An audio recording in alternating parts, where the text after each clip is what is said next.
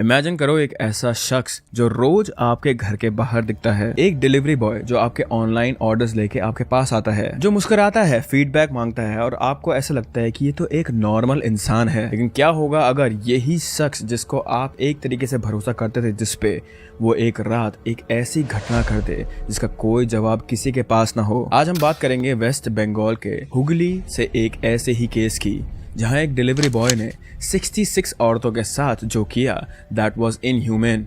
ये केस है विशाल वर्मा का, एक ऐसा क्रिमिनल जिसके शिकार बनने वाली औरतों ने कभी भी नहीं सोचा होगा कि उनकी जिंदगी एक वीडियो कॉल से तबाह हो जाएगी।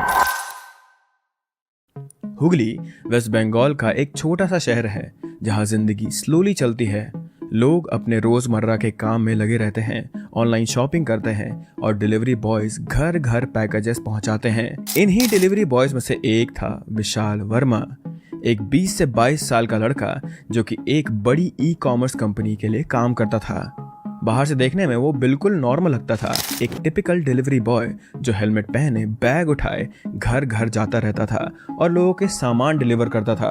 लेकिन इसी मासूम चेहरे के पीछे छिपा था एक दरिंदा जो अपनी डिलीवरी जॉब को एक वेपन की तरह यूज करता था। नाउ विशाल का काम था कस्टमर्स के घर में पैकेजेस पहुंचाना, जैसे कि I'm pretty sure तुम लोगों ने भी यूज करे होंगे पहले ऐसे डिलीवरी सर्विसेज। लेकिन वो इसी काम को अपने गंदे इरादों के लिए, अपनी गंदी सिचुएशंस के लिए यूज करता था। वो कस्टमर्स के फोन नंबर कलेक्ट करता, उन्हें फीडबैक के नाम पर व्हाट्सएप पे मैसेज करता और फिर एक ऐसा जाल बुनता जिसमें औरतें फंस जाती थी। उसके साथ था उसका दोस्त सुमन मंडल, एक पेंटर जो उसके इस क्राइम का हिस्सा बना था। ये दोनों मिलके एक ऐसा नेटवर्क चलाते थे जो किसी भी थ्रिलर मूवी से कम नहीं लगता था, टू बी ऑनेस्ट।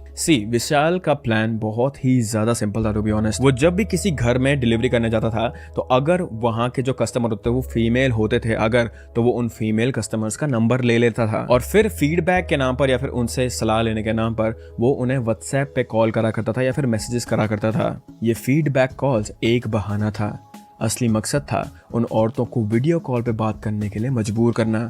एक बार जब एक औरत वीडियो कॉल पे आई तो विशाल ने सीक्रेटली उसकी कॉम्प्रोमाइजिंग फोटोज या वीडियोस रिकॉर्ड कर ली थी एंड फिर यही वीडियोस और फोटोज उसका आगे जाकर एक वेपन जैसे बन गए थे, क्योंकि इसके बाद शुरू हुआ था ब्लैकमेलिंग का सिलसिला।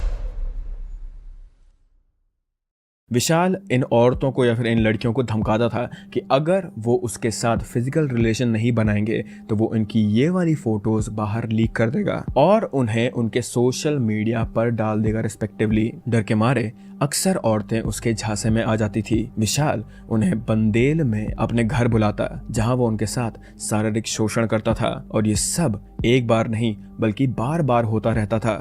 66 औरतों के साथ उसने ये घिनौना काम किया और हर बार उसका प्लान कामयाब होता था। और जैसे मैंने पहले कहा कि सुमन मंडल जो उसका दोस्त था वो भी इस क्राइम में उसके साथ देता था। एक विक्टिम ने बताया कि सुमन ने भी उसका सेक्सुअल असॉल्ट किया था और रेप की कोशिश भी की थी उस पर। विशाल और सुमन दोनों ही अपने विक्टिम्स को धमकाते थे, उन्हें गन पॉइंट पे रखते थे और कभी कभी गोल्ड ज्वेलरी या पैसे भी उनसे लूट लेते थे। एक विक्टिम के अकॉर्डिंग विशाल ने उससे कहा था कि अगर उसने अपनी गोल्ड रिंग और ज्वेलरी नहीं दी तो वो उसके वीडियोस ऑनलाइन लीक कर देगा। नाउ यहाँ पे मैं बार बार विक्टिम बोल रहा हूँ और इन लड़कियों का नाम नहीं ले रहा हूँ क्योंकि उन्होंने ये प्ली करा है and these girls and their families they don't want their name to be published anywhere, so मैं I just respect them. Now again एक विक्टिम जिसका नाम नहीं बताया गया था उसने एक पूरी कहानी अपनी जो उसके साथ हुई थी वो पुलिस वालों को सुनाई थी। ये बात है जनवरी 18, 2021 की, जब विशाल ने उसे व्हाट्सएप पे मैसेज किया। उसने कहा कि ये फीडबैक के लिए है और उसने वीडियो कॉल की डिमांड की उस लड़की से। विक्टिम ने सोचा कि एक नॉर्मल कॉल ही है तो उसने कॉल उठा लिया, लेकिन विशाल ने उस कॉल के दौरान उसकी कॉम्प्रोमाइजिंग फोटोज और वीडियोस कैप्चर कर ली थी। फिर उसने उसे उस रात को धमकाना शुरू कर दिया था और उसने कहा कि अगर तुम मेरे साथ बंदेल नहीं आई और मेरी बात नहीं मानी तुमने तो मैं ये वीडियो सबको दिखा दूंगा। और यहीं से पुलिस को इसके एक्चुअली जो वर्किंग प्रोसीजर था उसका भी पता चला था, कैसे ये लड़कियों को फंसाता था और कैसे उन्हें अपने पास बुलाता था। एंड डर के मारे ये लड़की, ये औरत उसके घर चली गई थी। And of course as you might have guessed at this point, Vishal ने फिर उसके साथ बहुत ही ज्यादती करी। विक्टिम ने ये बताया था कि उसने विशाल ने उसे ये दिखाया था कि तुम सिर्फ अकेली लड़की नहीं हो जिसके साथ मैं ये सब कुछ कर रहा हूँ। उसके फोन में और भी ज्यादा बैकलॉग पड़ा हुआ था, और भी ज्यादा औरतों और भी ज्यादा लड़कियों का। एंड इसी चीज से उस लड़की को एहसास हुआ कि कि वो अकेली नहीं थी। ऑब्वियसली इसमें विशाल ने पूरा का पूरा एक नेटवर्क बना रखा है जिसमें अलग अलग तरह की औरतें यहाँ फंसी हुई थी। इसके बाद वहां से छूटने के बाद इस विक्टिम ने बहुत ही ज्यादा हिम्मत करके विशाल की पुलिस में कंप्लेंट करा दी थी। फरवरी 20th 2021 को चिंसुरा की एक औरत ने पुलिस स्टेशन में कंप्लेंट डाल दी। उसने बताया कि विशाल ने उसके साथ रेप किया है और उसे ब्लैकमेल भी किया है। इस कंप्लेंट के बाद पुलिस ने तुरंत एक्शन लिया। उन्होंने बंदेल में विशाल के घर में रेड मारी जहां वो एक विक्टिम के साथ था। पुलिस ने उसका सेल फोन सीज किया और उसमें से माइक्रोचिप्स रिकवर किए गए जिसमें कई औरतों के फोटोज और वीडियोस थे। एक वीडियो में एक विक्टिम को तो गन पॉइंट पे भी दिखाया गया था जो पुलिस के लिए एक बड़ा एविडेंस था। विशाल को अरेस्ट कर लिया गया और उसके साथ सुमन मंदेल को भी पकड़ा गया और उसके बाद दोनों को 5 दिन तक पुलिस कस्टडी में भेज दिया गया था। इंटेरोगेशन के दौरान विशाल ने अपने सारे गुनाह कबूल कर लिए। उसने बताया कि उसने 66 औरतों के साथ ये सब किया था और उसकी 66 विक्टिम वही थी जिसने कंप्लेन फाइल करी थी और उसकी कंप्लेन की वजह से ही विशाल पकड़ा गया था।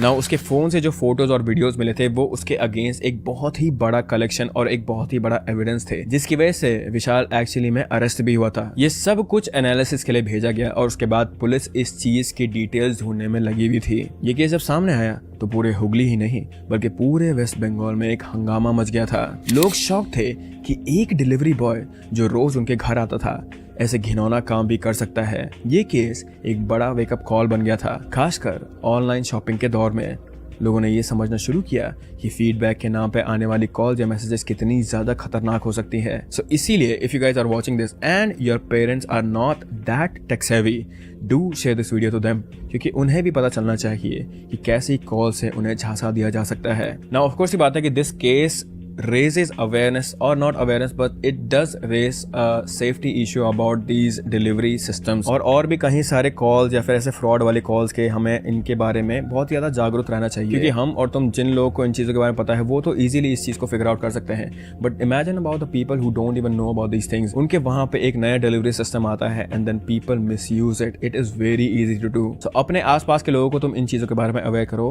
बट इसी के साथ ये केस अभी यहीं पे समाप्त होता है। I hope that you guys are happy and healthy और अब मैं मिलता हूँ तुम लोगों से अगले अपलोड में। Bye bye.